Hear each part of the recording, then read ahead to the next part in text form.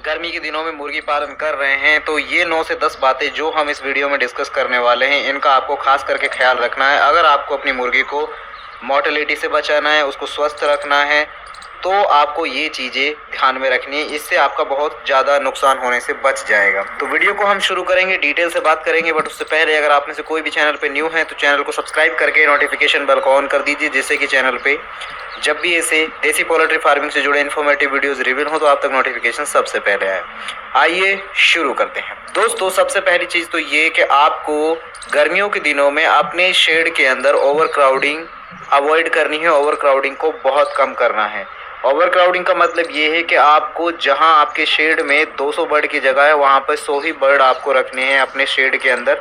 बहुत ज़्यादा भीड़ आपको नहीं करनी है, क्योंकि गर्मी के दिनों में आपको अपनी मुर्गी को घूमने फिरने के लिए प्रॉपर स्पेस देना है, उसको जगह देनी है, ताकि उसके अंदर की गर्मी बाहर निकल सके, वो और ज़्यादा उसका बॉडी का टेम्परेचर ना बढ़े, ताकि उसको हीट स्ट्रेस ना आए। हीट स्ट्रेस में अगर वो आई तो हीट स्ट्रोक आकर आपकी मुर्गी के अंदर मोर्टेलिटी होने के चांसेस बढ़ जाते हैं। ठीक है, ये चीज़ हो गई। उसके बाद में दूसरा आपको जो चीज़ ध्यान में रखनी है कि आप अपने शेड के अंदर गर्मियों के दिनों में पंखे भी लगा सकते हैं।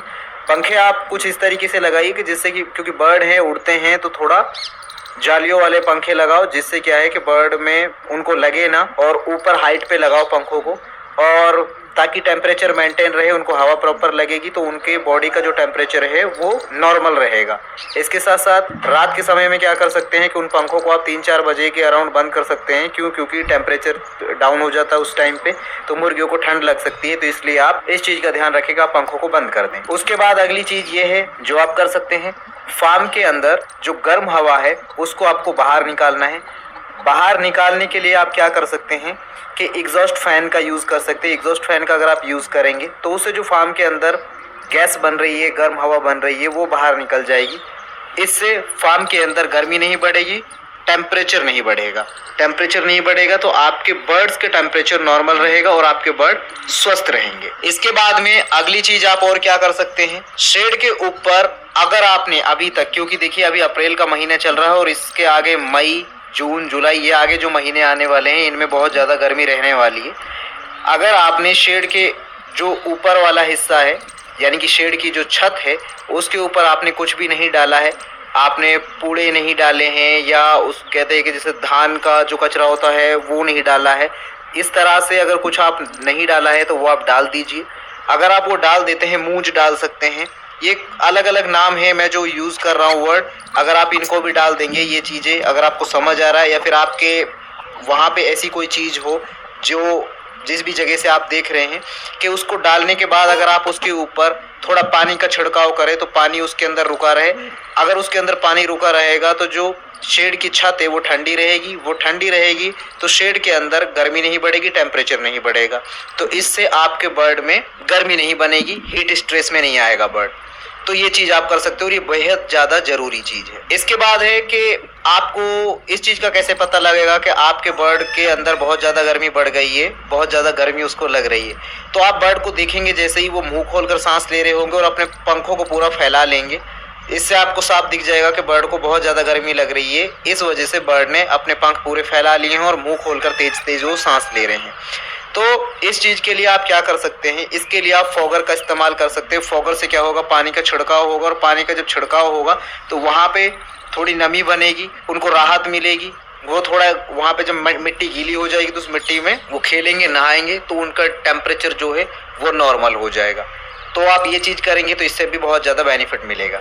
इसके बाद अगली चीज़ है कि गर्मी में आप एंटीबायोटिक या फिर डीवॉर्मर का यूज़ बिल्कुल ही अवॉइड करें।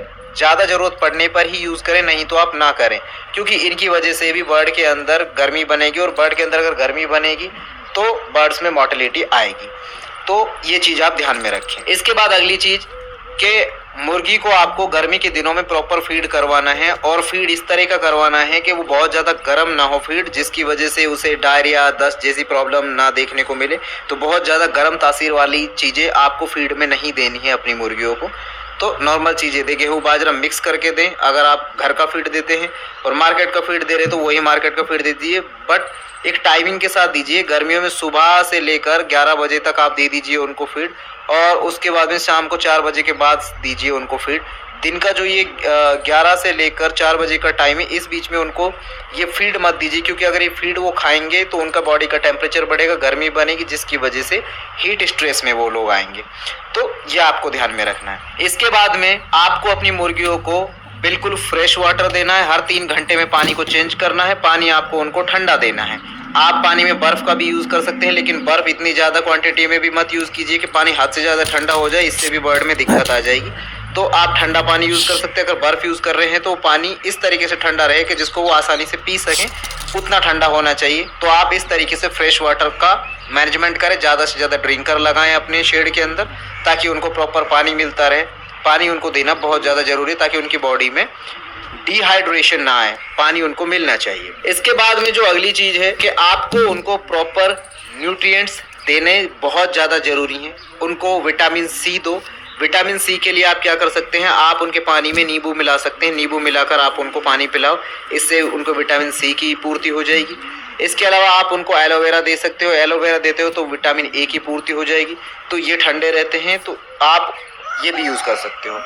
और इसके साथ साथ अगर जैसे कि मुर्गियों के पेट में कीड़े वगैरह बन रहे हैं, तो आप उनको छाछ पिलाओ। छाछ गर्मियों के दिनों में सबसे बेस्ट एंटीबायोटिक का काम करती है। ठंडी भी रहती है, उनको हेल्दी भी रखेगी, उनका वेट भी बढ़ेगा और सबसे ज़्यादा फ़ायदा मिलेगा। तो ये भी आप यूज़ कर सकते हो। तो ये कुछ 9 से 10 चीज़ें थी जो आप अभी गर्मी के दिनों में अगर मुर्गी पालन कर रहे हैं तो ये चीज़ें आप ध्यान में रख सकते हो, और इन चीज़ों को ध्यान में रखकर आप अपने मुर्गी पालन को सफलतापूर्वक कर सकते हैं। अगर ये वीडियो में दिया हुआ हमारा एफर्ट आपको अच्छा लगा तो इस वीडियो को एक लाइक कर देना, शेयर कर देना आपके ज़रूरतमंद लोगों के साथ में, जो लोग मुर्गी पालन कर रहे हैं, तो उनको भी हेल्प मिल जाएगी। साथ ही साथ चैनल से जुड़े रहने के लिए सब्सक्राइब करके नोटिफिकेशन बेल को ऑन कर लीजिए, ताकि जब देसी पोल्ट्री फार्मिंग से जुड़ी कोई भी न्यू वीडियो रिवील हो तो आप तक नोटिफिकेशन सबसे पहले आए। मिलते हैं अगले एक नए वीडियो में। धन्यवाद।